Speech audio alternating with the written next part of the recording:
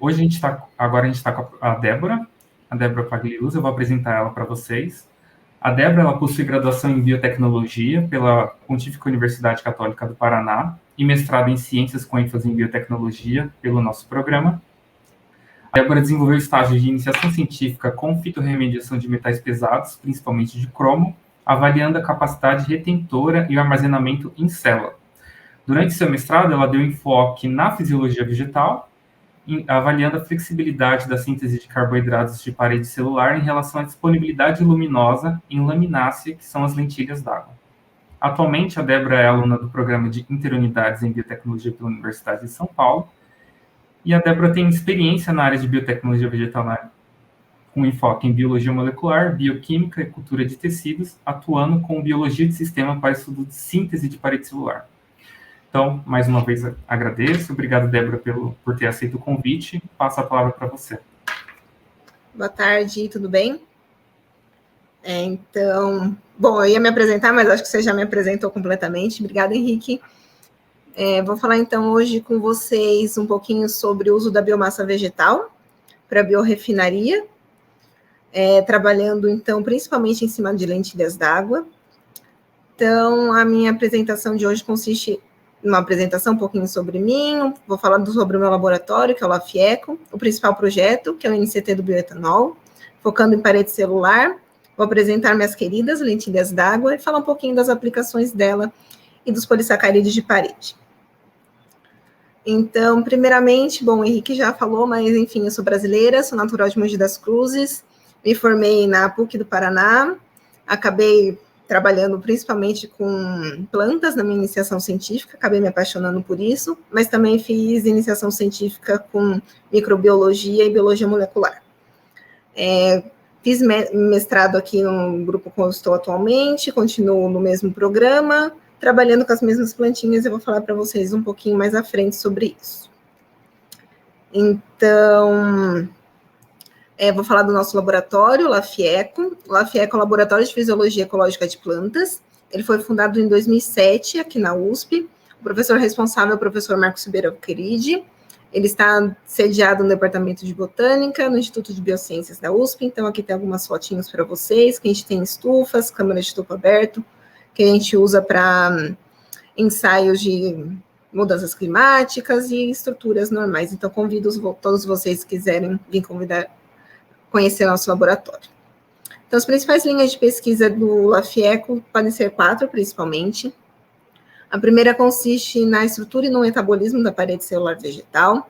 Então, seria como que é montada essa parede, como é que é encriptada, desde as ligações entre esses açúcares, como o próprio metabolismo de montagem e desmontagem. A segunda linha é Ciências Urbanas Aplicadas. O professor Marcos tem uma cadeira no Instituto de Estudos Avançados da USP, no IEA, em que ele avalia, então, a arborização das cidades e qual é esse impacto, tanto para poluição, quanto na queda de árvores, o impacto na saúde das pessoas, então é mais nessa pegada. Já a terceira linha é a resposta das plantas às mudanças climáticas, então a gente sabe que está tendo o aumento do conteúdo de CO2 na atmosfera, e, consequentemente, está tendo também, então, déficit hídrico e aumento na temperatura, então a gente tenta avaliar culturas importantes da agricultura brasileira para avaliar quais são as mudanças que podem ter e o que isso poderia acarretar tanto no desenvolvimento da planta, na produtividade e na produção de grãos também, no caso da soja. A última linha de pesquisa é a ecofisiologia de plantas, então é uma visão mais sistêmica de como as plantas funcionam, principalmente com plantas nativas. Vou falar então o principal projeto atual do laboratório, que é o INCT, do bioetanol.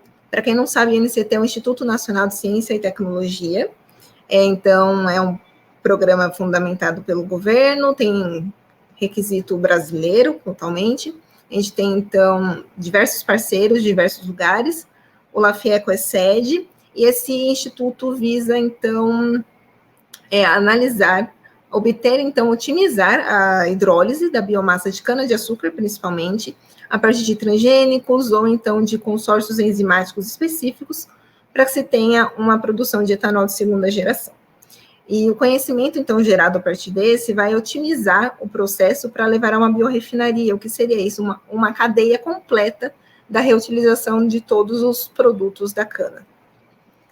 Então, a cana-de-açúcar é um organismo poliploide, as comerciais são híbridas, isso quer dizer que é uma mistura de espécies, então de saccharum, geralmente é saccharum officinalis, saccharum espontâneos, tem uma proporção diferente aí dependente a sua linhagem, sua especificidade, e a biomassa dela pode ser dividida em 3 partes, uma parte do caldo, 1/3 no bagaço e 1/3 na palha. O caldo, então, seria destinado à produção de açúcar ou a etanol de primeira geração. Para a produção de etanol de primeira geração, então, seria realizada diretamente a fermentação desse caldo, que seria a garapa. Então, a gente sabe que o açúcar já está disponível, então, a partir de micro-organismos fermentadores, Saccharomyces cerevisiae, essa levedura, então, vai consumir o açúcar e vai produzir o etanol. Já o bagaço e a palha é o restante do material, que a gente chama, então, da biomassa, o material lignocelulósico, é usado para bioenergia, então, na produção de etanol de segunda geração. Para a produção do etanol de segunda geração, precisa de uma etapa antes da fermentação, que seria, então, o acesso a esses açúcares, a liberação desses açúcares para que os organismos possam fermentar. Então, a gente, como eu já mencionei, devido à escassez do petróleo e tudo mais, as mudanças climáticas, a gente precisa de alternativas para que se tenha uma produção de um combustível mais sustentável, que é o caso de bioetanol. Então, o que a gente precisa para que possa suprir essa demanda necessária de combustíveis? A gente precisa ter um aumento na produção, um aumento no rendimento propriamente dito, então tentar otimizar o cultivo da cana, melhoramento na cana-de-açúcar, que ela possa ou talvez acumular maiores concentrações de açúcar, ou então que tenha já mais facilmente degradada, e a utilização completa dos seus resíduos, como eu já falei, então, a palha e a... Eita, esqueci, gente, desculpa. A palha e o bagaço. Para a produção de etanol de segunda geração. Então, o etanol de segunda geração é basicamente feito de parede celular, que é o material lignocelulósico. E o que é essa parede celular? É uma estrutura complexa, muito bem organizada, diferente do que se pensa, ela não é rígida, ela é uma estrutura que responde ao ambiente e às condições que ela está presente. E essa parede celular, então, ela é responsável por determinar a força e o tamanho celular, controlar a expansão da célula, ela causa uma resistência mecânica, também serve de proteção contra ataque de patógenos, está envolvida no transporte intracelular de macromoléculas, também funciona como sinalização para reconhecimento celular, e também pode funcionar como armazenamento de reservas, como fonte de carbono. Então, a parede celular, ela é apresentada de uma certa forma. A gente fala que no seu centro tem células, fibrilas de celulose. A celulose, então, é formada de monômeros de celulose,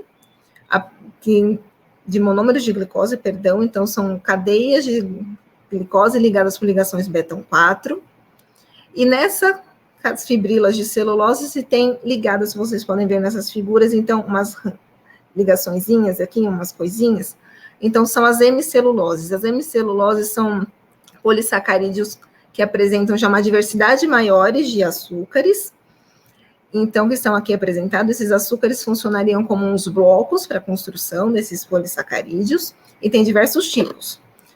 Então, temos os xilanos, que apresentam na cadeia principal xilose, que pode apresentar, então, ramificações com arabinose, que é um outro açúcar, ou então com ácido glucurônico concomitante com arabinose, formar um glucoarabinoxilano, ou então apenas com ácido glucurônico, formando um gluconoxilano.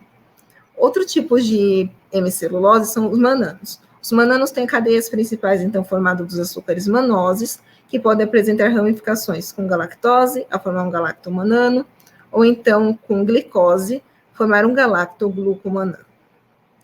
Outra classe é o xiloglucano, que apresenta uma cadeia, então, de glicose, que pode apresentar ramificações com xilose, galactose e fucose. Existe uma certa encriptação dessas cadeias, em que essas sequências se repetem de um certo tanto. E o outro açúcar, então, seria o beta-glucano, ou glucano de ligação mista, que é o mais semelhante à celulose, porque apenas tem monômeros de glicose, porém eles têm ligações beta 3 e beta 4. Isso faz com que a cadeia forme essa escadinha, essa dobradura. e que confira uma certa solubilidade a esse açúcar. E tudo isso, então, está imerso no mar de pectinas, que é um outro açúcar de parede. Então, as pectinas são classificadas em 5 classes e são compostos mais ácidos. São formados de ácidos galacturônicos na cadeia principal, apresentando diversas ramificações. As pectinas são consideradas um dos açúcares mais complexos, principalmente o raminogalacturonano tipo 2, pois apresentam mais de 20 ligações glicosídicas. Queria falar um pouquinho para vocês sobre 2 polissacarídeos, que é pouco encontrado nas plantas, o xilogalacturorano e os apiogalacturonanos. Então, são cadeias de ácidos galacturônicos com xilose no xilogalacturonano e apiose no apiogalacturonano. São 2 pentoses, tá, gente? E eu quero que vocês tentem lembrar dessa informação, que vai ser útil adiante. Existem diversos tipos de parede celular, a gente geralmente classifica elas como primárias ou secundárias. As paredes primárias são as expansíveis. As células, então, ainda estão em crescimento, então tem que ter uma capacidade para essa célula aumentar e possa desenvolver completamente. E 90% do seu peso seco consiste nesses polissacarídeos de parede que eu falei antes, então, celulose, hemicelulose e pectinas. A parede primária pode ser classificada ainda em tipos, e esses tipos estão relacionados com a predominância desses açúcares de parede e a proporção entre o conteúdo de pectinas, hemicelulose, celulose e proteínas. Do tipo 1 são encontrados em iodico e monocotiledôneas, que é o caso das lentilhas d'água, que eu vou falar mais adiante. Tem o principal hemicelulose, o xiloglucanos, e tem uma proporção homogênea entre os domínios, a distribuição de celulose, hemicelulose e pectinas. Já do tipo 2 são comumente encontrados gramíneas, no caso da cana-de-açúcar. Então, a gente apresenta arabinoxilanos e beta-glucanos, e tem uma redução no conteúdo de pectinas. Já no tipo 3 são encontrados em pteridófitas, nas samambaias, que tem, então, como principal hemicelulose mananos, e uma redução no conteúdo de pectinas.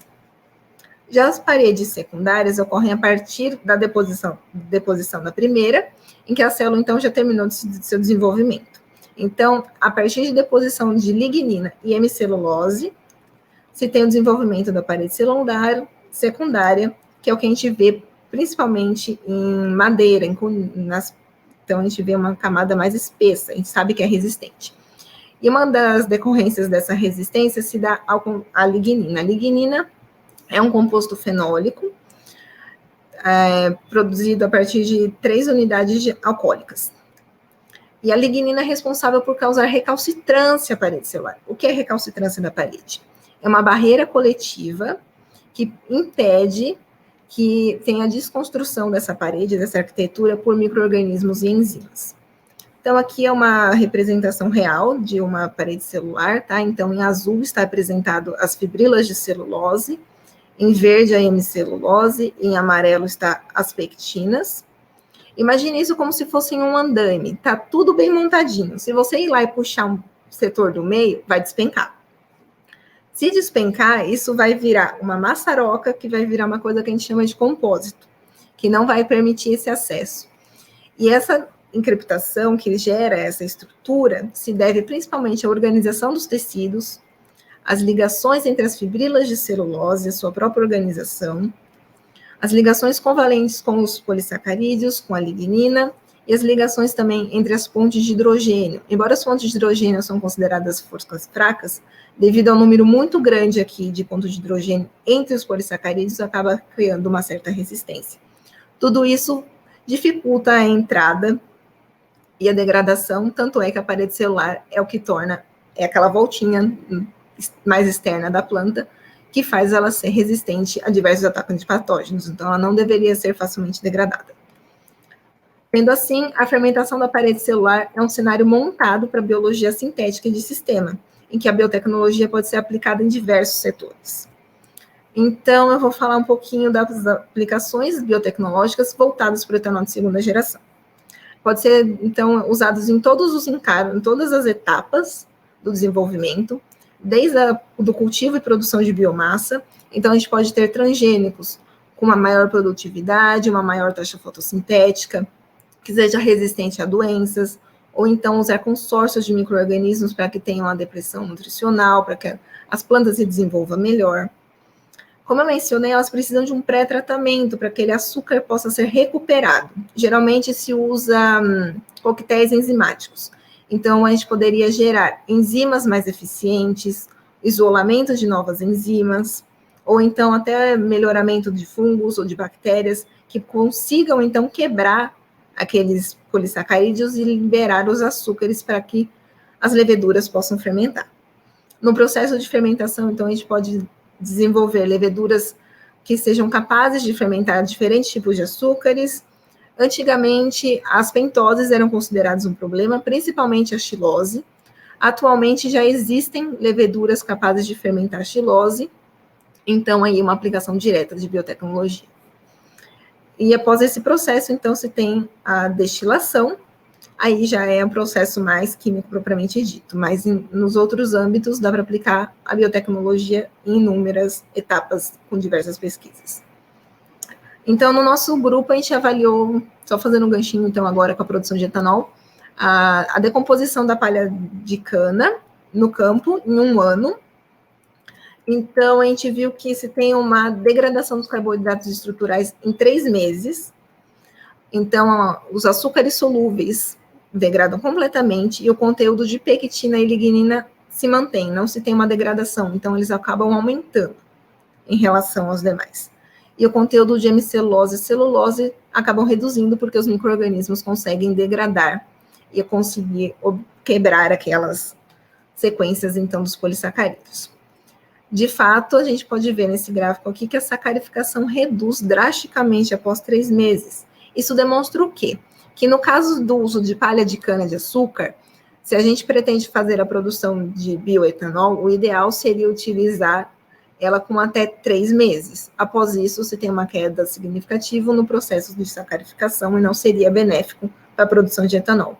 Mas esse material poderia ser usado para algum outro tipo de produção como, por exemplo, bioeletricidade, que seria por queima.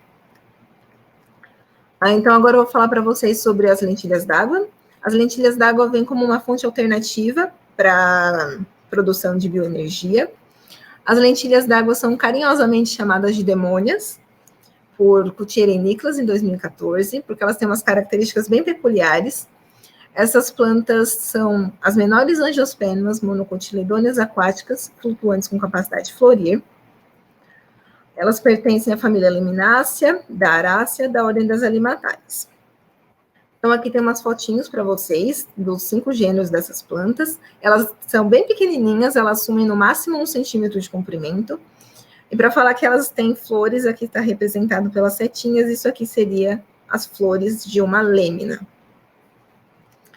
Essa planta tem um dos maiores crescimentos, em até 96 horas se tem a duplicação completa da sua biomassa. O pessoal no meu laboratório às vezes brinca que ela é um bicho, uma leve bactéria, que ela tem uma reprodução muito rápida, então você pode ter um acúmulo de biomassa muito grande, que a gente pode usar para diversas aplicações.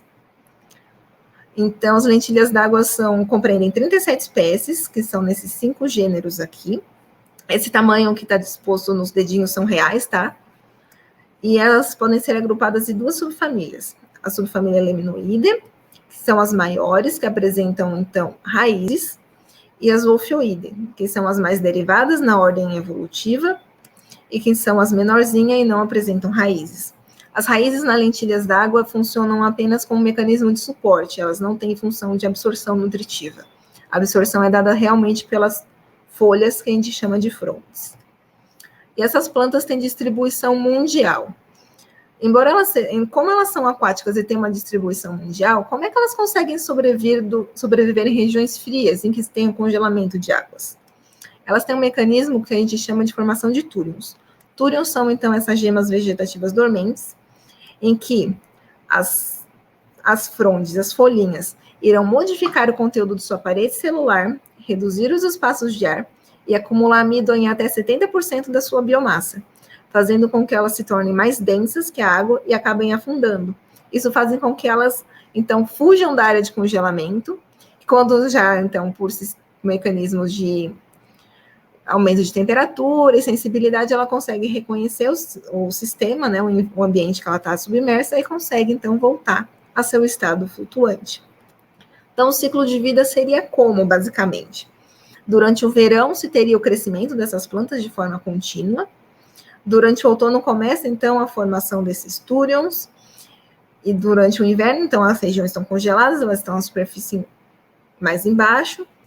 Então, vão consumir esse amido. E na primavera, as plantas irão reformular suas paredes celulares, ter os espaços de ares maiores novamente, e ela volta ao seu estado flutuante, e isso vira contínuo. Por que elas podem ser consideradas os demônios? Porque elas nunca morrem, elas estão, esse ciclo é basicamente para sempre.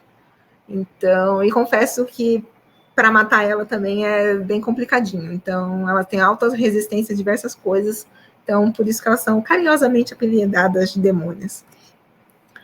Dentre as espécies, Spirodela polyrrhiza é a espécie ancestral, e ela tem um genoma completamente sequenciado e bem montado. O porquê que eu vou falar disso para vocês? A disponibilidade de um genoma permite com que a gente tenha a utilização dessas plantas para abordagens moleculares muito mais simples. Sendo um genoma com baixa heterozigose, ela é diploide, tá, pessoal? Ela tem apenas 18 mil genes codificantes de proteínas, o que se assemelha muito com a Arabidopsis. Tem baixo nível de metilação, um dos menores reportados para as plantas. E ela também tem baixo conteúdo de proteínas não essenciais, elementos de transposição, long terminal repeats e DNA ribossômico. Isso faz com que ela seja um sistema interessante para análise molecular. Isso em conjunto com o ciclo de vida curto dessas plantas, alta eficiência fotossintética e crescimento acelerado, além da capacidade de cultivar simplesmente no laboratório de forma simples e rápida, e ela tem uma grande absorção nutritiva e ser capaz, passível à transformação, então dá para fazer abordagem biomolecular, e ela é considerada adequada para estudos bioquímicos, já que em sistema de laboratório ela fica em contato direto com o meio de cultura. E como ela tem um crescimento rápido, em até 30 horas a Spirodela polyrrhiza tem a sua duplicação, então ela consegue obter, então, a análise de uma droga, por exemplo, acumular muito rápido e ver uma resposta muito rápida. Então, ela pode ser considerada, sim, um sistema modelo para pesquisa, e ela tem, então, aí diversas aplicações. Vou falar, então, um pouquinho da parede celular dessas plantas. Elas são um pouquinho peculiares. As paredes são do tipo 1, então tem uma proporção homogênea do conteúdo de celulose, hemicelulose e proteínas, porém as lentilhas d'água têm uma tendência a acumular maiores concentrações de pectinas, e tem uma divergência entre as subfamílias que eu apresentei para vocês. As leminoides, as maiorzinhas, e as wolfioides são as menorzinhas que não apresentam raiz. As wolfioides, então, têm maiores concentrações de xilogalacturonanos, xilose principalmente, então, e as leminoides têm apiogalacturonanos, apiose. E isso tem uma relação direta com o crescimento que eu vou falar mais adiante. Mas a biomassa dessas plantas, então, pode ser diversificada como? Em 40% de parede celular, sendo que quase 50% a 60% pode ser considerado como pectinas ou polissacárides mais solúveis, em 30% como hemicelulose e apenas 10, 13% de celulose. Tem alto conteúdo de açúcares solúveis e o amido pode ser facilmente modulado para aumento de sua concentração apenas com modificações ambientais. Durante o meu mestrado, a gente avaliou, então, verificou que a apiose está relacionada com o crescimento. Então, nas leminoides que apresentam maiores concentrações de apiogalacturonanos, elas têm um crescimento mais acelerado. Isso se deve a uma relação direta com a pouca capacidade de acúmulo de amido. De as wolfioides, elas vão acumular, então, mais amido e ter um crescimento mais reduzido e, consequentemente, ter um conteúdo de apiose reduzido e maior de xilose. Agora eu vou falar para vocês sobre as aplicações em geral de lentilhas d'água e de parede celular. Então, as lentilhas d'água podem ser utilizadas em tratamentos de água. Elas são ótimas para remediar. Então, elas conseguem acumular os contaminantes no seu interior. A fitorremediação pode ser dada em vários tipos. A fitoextração, que seria, então, o acúmulo desses poluentes no corpo da própria planta, nas raízes, folhas e assim por diante, pode ser dada por uma fitoestabilização, que a partir, então, de enzimas produzidas pelas plantas, se tem uma estabilização e uma redução da carga dos contaminantes. Pode-se ter uma fitodegradação, que seria, então, os componentes exudados pelas plantas, enzimas e outros compostos, levem à degradação desses compostos tóxicos. Também pode-se ter uma fitoestimulação, aqui já é uma relação maior com a simbiose do ambiente, em que, então, se teria a produção de micro-organismo, que se intensificaria e geraria a degradação desses poluentes. Também se tem a fitovolatilização, em que, então, a planta vai absorver o poluente e vai perdendo a carga conforme ela libera pela folha. No caso das lentilhas d'água, ela funciona num sistema de fitoextração, então ela acumula os poluentes no seu interior, principalmente entre a parede celular. Então, como funcionaria o tratamento de água por essas plantas? Então, a partir de uma primeira parte, a gente tem uma sedimentação da água a ser tratada, e essa água, então, é disposta em uma lagoa, que apresentam, então, as lentilhas, e vão ficar ali em um certo tempo para que essas lentilhas d'água possam, então, retirar e acumular no seu interior esses poluentes. E a água, então, segue ao tratamento terciário. Essas lagoas, então, podem ser dadas tanto em verticais como horizontais. E só para vocês saberem, existe uma organização, a Mama Grande, na Argentina, que foi fundada em 2011, em que usa, então, um sistema combinado de lentilhas d'água com micro-organismos para remoção de poluentes da água. Eles utilizam essa biomassa depois para alimentar animais ou então para a produção de plástico. Então, só para vocês verem aqui como seria uma água não tratada e após o tratamento com essas lentilhas d'água e bactérias, já dá uma grande diferença. E para vocês terem uma dimensão do tamanho, são áreas bem grandes e tem, então, um acúmulo aí, uma biomassa gigantesca que pode ser utilizada para diversas coisas. Então, uma das coisas que pode se utilizar essa biomassa seria a produção de biofertilizantes. Então, após o tratamento de água, seria feita a coleta, e essa biomassa seria preservada ou por congelamento, ou então simplesmente por secagem. Após isso, é feita a moagem desse material, e uma extração simples com hidrólise enzimática, para que se tenha uma liberação de aminoácidos, que elas podem acumular também elevados teores de aminoácidos na sua concentração. Então, esse fertilizante rico em aminoácidos é usado na agricultura. Como elas são capazes de remediar águas, elas podem ser utilizadas em diversos testes de toxicidade, como marcadores.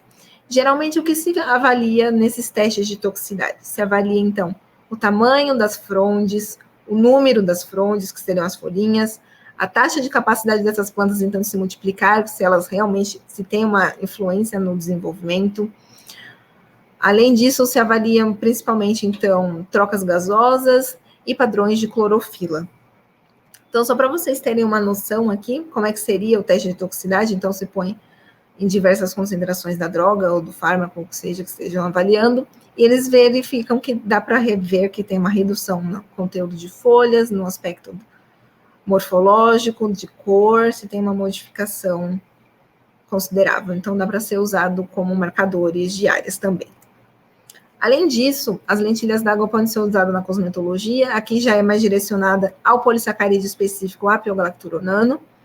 Então, existe uma patente que relata, então, a extração e o preparo de cremes para tratamento principalmente de acne dermatites, dos apigalacturonanos, está sobre ação da empresa Bensdorf, que compreende essas marcas aqui apresentadas. Então, é uma aplicação direta. Um outro caso da cosmetologia, agora eu vou fazer um parênteses aqui, não vou falar de lentilhas d'água, mas vou falar do jatobá. O jatobá, então, é uma árvore. No nosso laboratório foi verificado que a semente de jatobá, em específico, o xiloglucanos da semente do jatobá, tem uma composição específica que é útil para utilização em cremes anti-idade e anti-rugas, já que ele tem potencial em estimular a síntese de colágeno e elastina, estimular a proliferação celular, e também pode ser usado como fator de proteção de senescência em até 10%. Esse produto, hoje em dia, é comercializado como Mucronos do jatobá, acho que todo mundo já deve ter ouvido falar. e saiu do LaFieco, então é uma realização bem grande aqui. Além disso, as lentilhas d'água podem ser utilizadas na farmacêutica ou como remediadores, biorremediadores, então essas plantas seriam utilizadas para a produção de drogas e proteínas recombinantes. E existem algumas vantagens de usar esse sistema em vez de outros. Geralmente se usa lêmina, tá, que é um dos gêneros, porque ela tem uma reprodução clonal boa, tem um alto conteúdo proteico, o seu crescimento é um dos mais rápidos, é considerada uma planta não industrializada, não alimentar, principalmente aqui, então, no Ocidente. E ela tem uma produção de produtos tecidos ligados aos secretados bem consideráveis e não tem problemas para excretar as drogas ou as proteínas. Não necessita de ativação viral. E o aumento de escala não compromete o rendimento nem a qualidade. Então, como seria o processo de produção desses fármacos? Primeiro, a gente precisaria inserir o gene que codifica a droga nas plantas. Geralmente se dá pelo método indireto de transformação por Agrobacterium tumefaciens. Agrobacterium tumefaciens é uma bactéria de solo que causa a doença galha da coroa. A galha da coroa, então, é resposta. A agrobactéria consegue, então, inserir um segmento dela, que é chamado plasmídio TI, e nesse plasmídio, então, ela vai inserir na planta, a planta vai receber esse pedacinho que compreende numa codificação de genes, em que a planta vai receber para ela, aceitar como ela e vai começar a produzir o que está mandando nessa sequência. E a partir disso tem um distúrbio hormonal que causa, então, a formação desses tumores e vai levar a planta a produzir opinas, que seriam a fonte de carbono para a agrobactéria. Então, se a gente pensar que nesse sistema a gente consegue inserir um segmento no material vegetal, então a gente consegue fazer uma transformação genética em plantas, utilizando esse sistema como mediador para inserir o nosso gene de interesse. Então, o que a gente precisaria fazer? A gente precisaria amplificar, reconhecer, então, esse gene ou proteína de interesse, clonar num sistema com plasmídio, transformar em agrobactério. Então, a gente faz a transformação vegetal. Geralmente, a gente faz transformação em calos. Calos, então, são células totipotentes, que são capazes de regenerar na planta inteira, e tem uma chance maior de gerar plantas totalmente modificadas, e não pedaços. Então, a gente faz a transformação, essas plantas são regeneradas, então se coloca para a produção desses fármacos, dessas drogas. É feita a extração, dependendo de como é realizada a codificação desse gene, dessa droga, pode ser exportada para o meio, pode ficar retida no retículo endoplasmático, enfim, tem várias modificações que dependem da sua construção. É feita, então, a extração dependendo da construção e o produto, então, aí é obtido. Uma empresa chamada Biolex Terapêuticos usou o sistema Lêmina para a produção de fármacos, chegou na fase 2B de testes clínicos, com indícios bem promissores. Eles estavam tentando produzir lactoferon para a hepatite C, porém, infelizmente, a empresa faliu em 2012, depois de investimento de 190 milhões. Mas o sistema ainda tem alto potencial e é capaz de gerar drogas. Além disso, as lentilhas d'água, a gente sabe que plantas em geral, na verdade, né, tem compostos naturais que têm propriedades farmacológicas, aquelas ervas medicinais. No caso das lentilhas d'água, vou falar um pouquinho para vocês sobre os metabólitos secundários. Os metabólitos secundários são, então, gerados como proteção para processos bióticos e abióticos das plantas. Dentre eles, eu vou destacar os flavonoides, porque os flavonoides têm diversas ações, tanto no mecanismo antiviral, antifúngico, antibacteriano, antidiabético, anti-inflamatório, enfim, diversas atividades e grandes efeitos, principalmente na carcinogênico, antioceolíticos e assim por diante. Então, as propriedades dos flavonoides têm grande interesse para farmacêutica. As lentilhas d'água, em especial a Spirodela polyrhiza, ela é usada como medicamento no tratamento de urticária, nefrite, também na gripe e como sistema antibacteriano no Japão, na China e na Coreia, decorrente dessas propriedades dos flavonoides.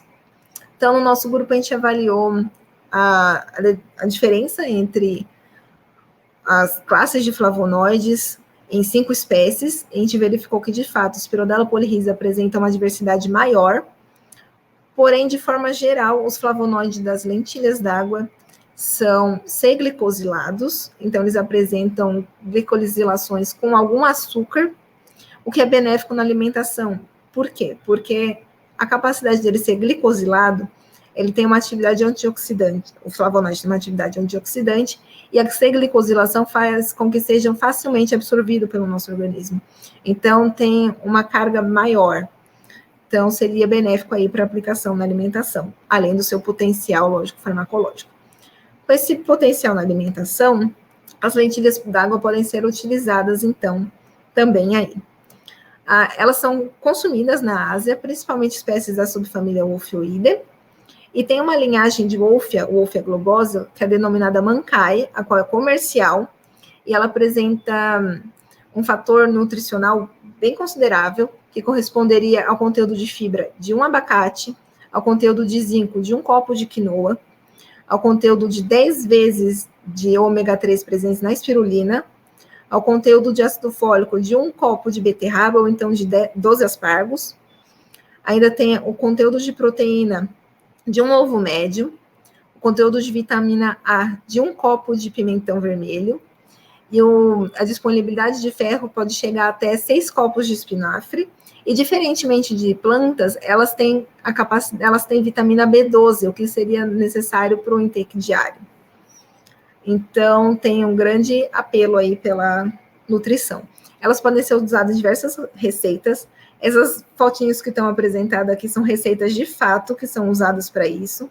Pode ser utilizada como os molhos, existem barrinhas de cereais, pode ser feitas bebidas, pode ser feitas sobremesas, massas, tortas, quiches, panquecas, mas é mais comumente usados em sopas, omeletes e coisas assim na Ásia. Com esse potencial, então, a NASA considera a lentilha d'água uma super comida. Então, ela está sendo testada para ser levada para o espaço, para ser consumida pelos astronautas. Então, elas seriam produzidas nesse sisteminha aqui, que seriam abastecidos a partir da nave. Além disso, a biomassa vegetal, principalmente a parede celular, pode ser usada como biocompósitos. Os biocompósitos podem, então, ser utilizados na produção de compostos como os plásticos ou coisas do gênero, que podem ser utilizadas nas construções. Em 2019, em Londres, foi montado um pavilhão com o material de lentilhas d'água. Eles criaram um bioplástico com uma capacidade mais espessa, e junto com um display de luzes, eles determinaram o que chamam de biolantern. Então, isso demonstra que projetos de arquitetura podem ser utilizados materiais mais sustentáveis, como, por exemplo, de lentilhas d'água.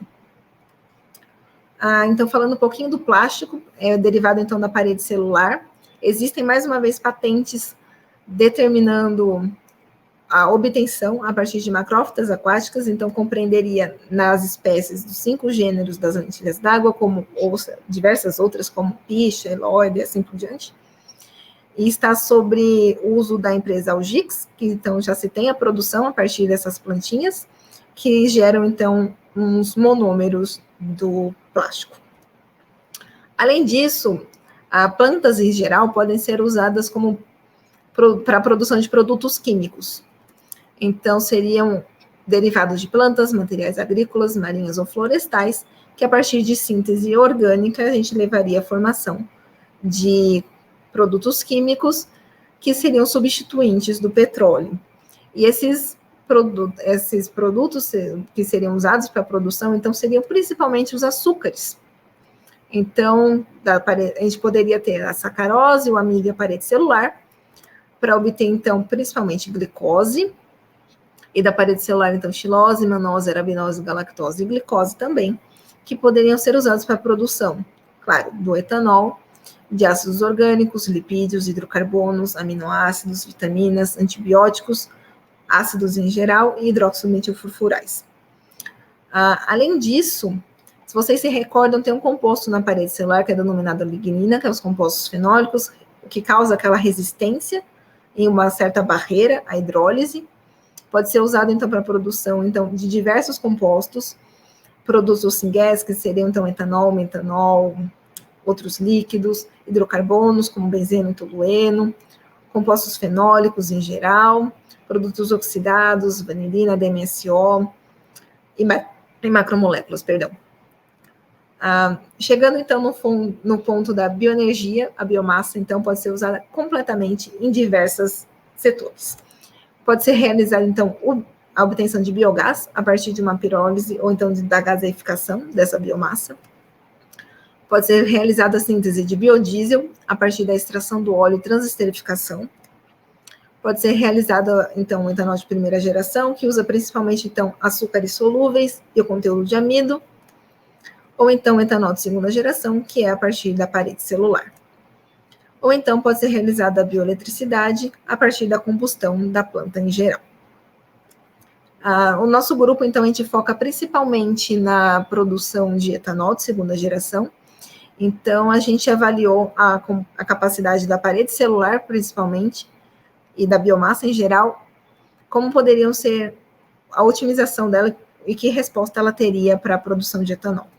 Então, a gente avaliou 5 espécies de lentilhas d'água e a gente verificou, então, nesse gráfico aqui está representada a sacarificação, as barrinhas em preto representam o conteúdo de sacarificação, que então seriam os açúcares, a liberação de açúcares que seriam fermentados da parede celular, e nas barras brancas representam o conteúdo da biomassa geral. Então, aqui está contemplado junto o conteúdo de açúcares solúveis.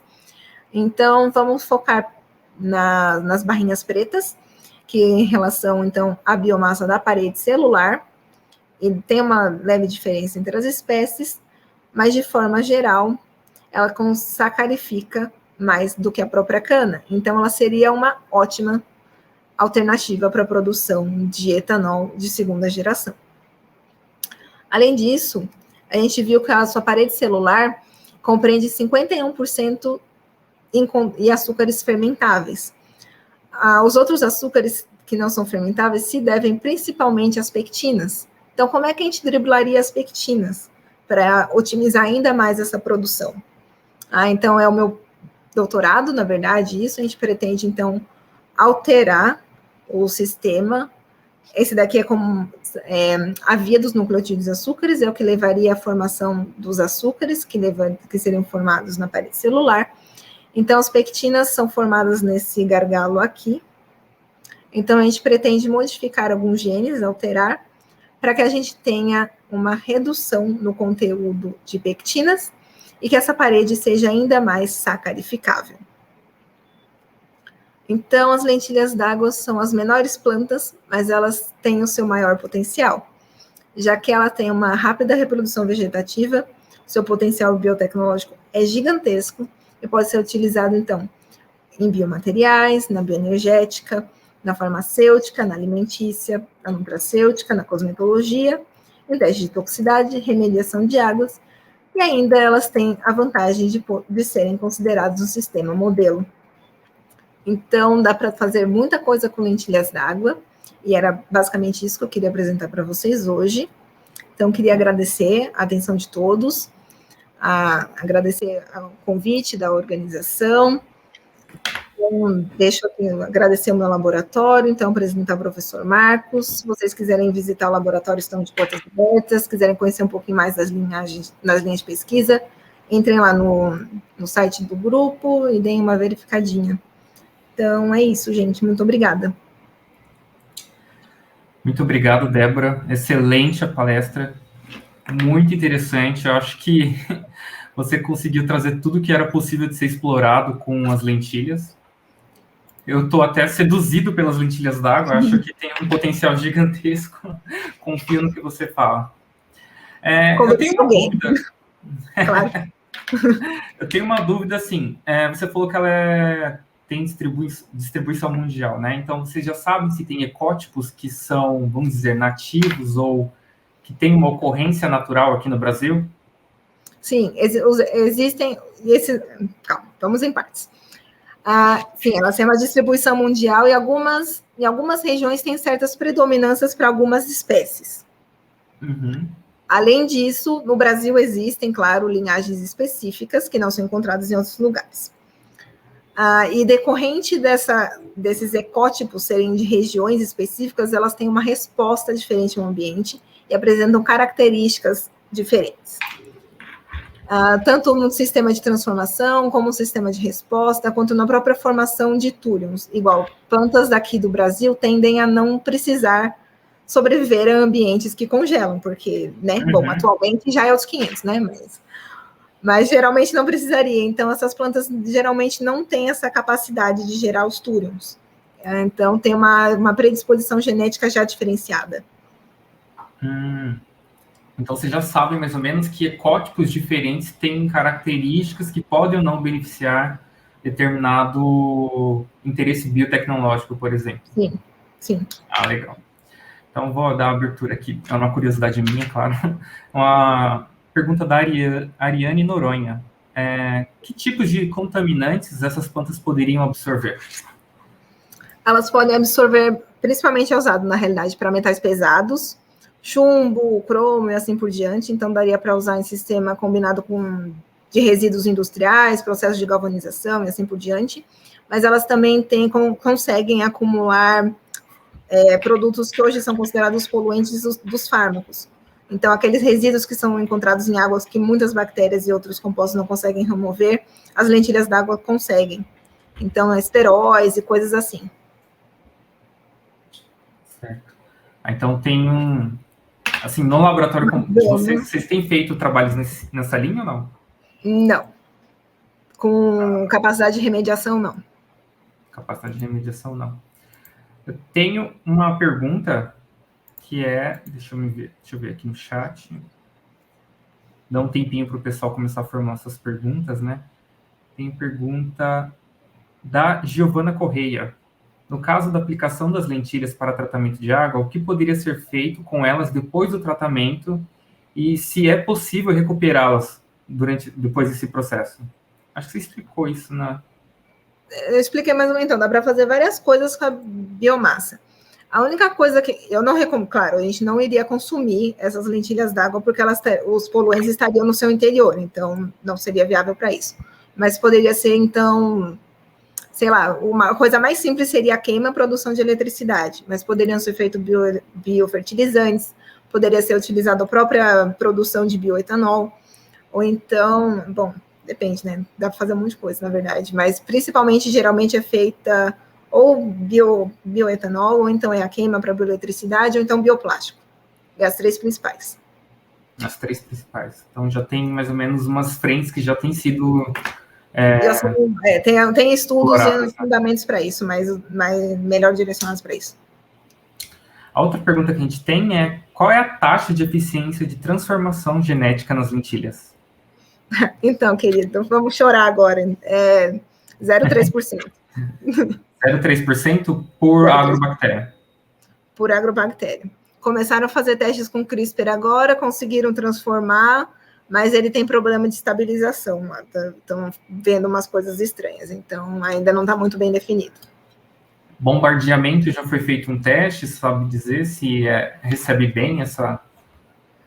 Então, é feito, mas foi feito, acho que, tipo, sei lá, de uns 30 artigos que tem publicado, fizeram transformação por biobalística, e a eficiência também foi horrível. Então, não sei se melhoraria o sistema ou não. Agora, uma pergunta que é minha, depois que você estava falando durante sua apresentação, que eu fiquei curioso, em função da cosmetologia, por exemplo, é saber se as lentilhas... Eu sei que é um modelo que está em ascensão, né? Um modelo vegetal que está em ascensão, e os estudos têm sido mais recentes, por exemplo. Então, eu queria saber se elas têm um sistema de secreção já descrito para poder, por exemplo, usar essa rota, né, para facilitar, por exemplo, os processos de extração de algum composto que tenha interesse ou alimentar ou químico, por exemplo. Saberia dizer se tem algo nesse sentido? Então, só primeiro, então, elas eram mais estudadas antigamente, na verdade. A gente está retomando os estudos dela. Elas foram um sistema que elucidaram um mecanismo de floração, por exemplo, foi feitas em Lêmina, lá em 1900 bolinha. foi nelas que foi descrito. E o sistema de secreção, eu sei que é bem conhecido, mas como não é coisa que eu estudo, eu não sei te dizer. Eu sei que tem descrição, várias coisas, e existem... Se eu não me engano, eles produziram uma vacina por sistema de secreção em lâmina, então eu acredito que já esteja bem descrito e deve ter até patente, talvez, em cima.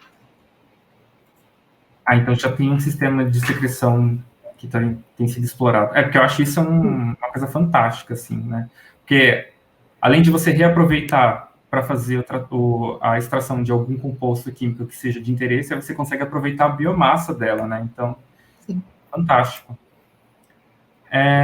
Eu tenho a última pergunta, na verdade, é uma pergunta da Giovana.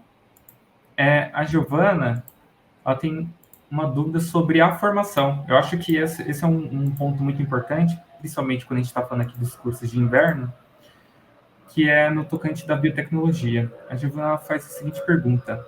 Primeiro, ela parabeniza, então, eu também, né? Parabéns pela palestra, ela é muito boa mesmo. Obrigada. Amamos. E ela pergunta o seguinte: queria te perguntar o que te levou a fazer a graduação direto em biotecnologia e não em outras mais gerais, já que a biotec normalmente é escolhida num processo assim, quando você entra na pós-graduação.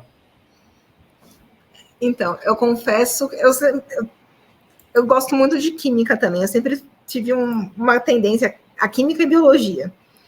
Só que eu tenho alguma coisa que eu não me dou bem com anatomia e coisas do gênero. Então, eu estava tentando fugir dessa parte. Aí eu acabei procurando, né, cursos na época, acabei achando biotecnologia. Aí você abre aquele mundo e você fala, nossa, dá para fazer um monte de coisa, que coisa fantástica.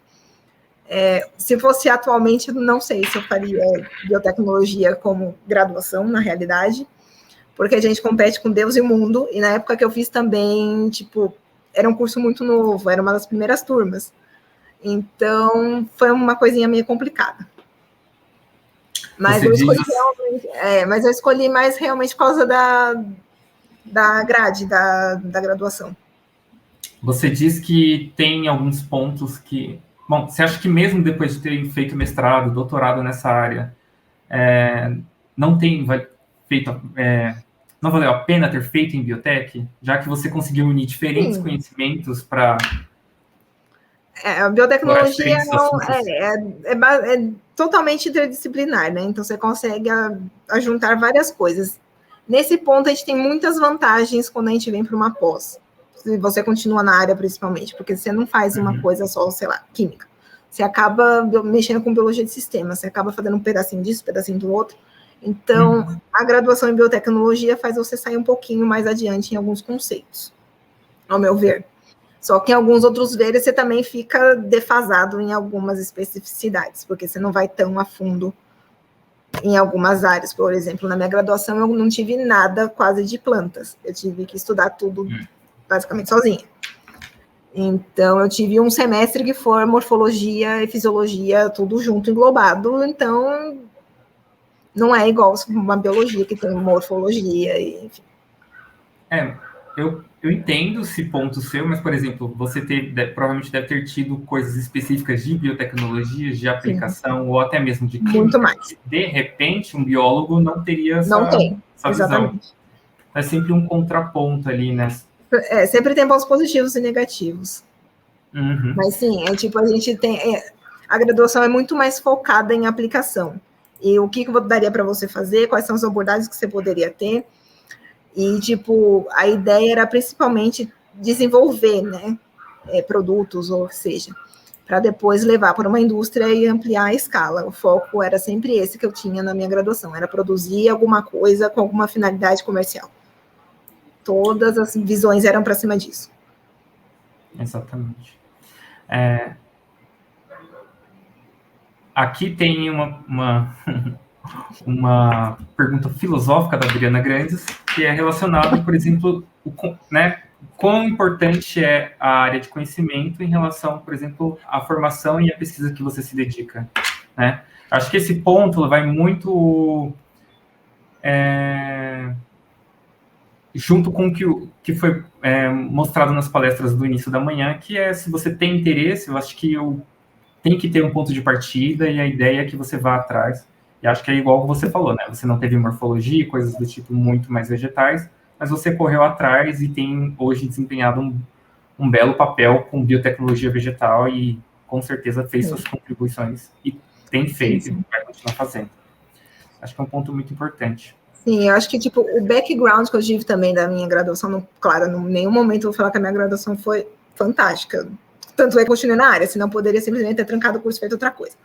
Mas a gente sempre tinha práticas, isso era uma vantagem que eu vejo gigantesca, uma vivência muito maior no laboratório, o que faz a gente ter um conhecimento maior de tentar unir as coisas, né, que a gente vê só na teoria, por exemplo. A gente tenta unir várias coisas e realmente produzir. Isso, em relação, né, ao impacto que teve na minha pós-graduação, foi gigantesca, porque, tipo, já tinha uma vivência maior no laboratório, já tinha uma capacidade de fazer várias coisas. E unir tudo isso já é diferente do que se teria numa biologia ou numa simples química, bioquímica da vida, ou enfim que seja. Então, a gente consegue unir mais regiões, mais importâncias e ter uma visão um pouco mais generalizada para onde a gente vai, não é tão específico. A gente sempre tenta ver o todo, né? Não só o ponto, sei lá, eu estudo um gene específico, né?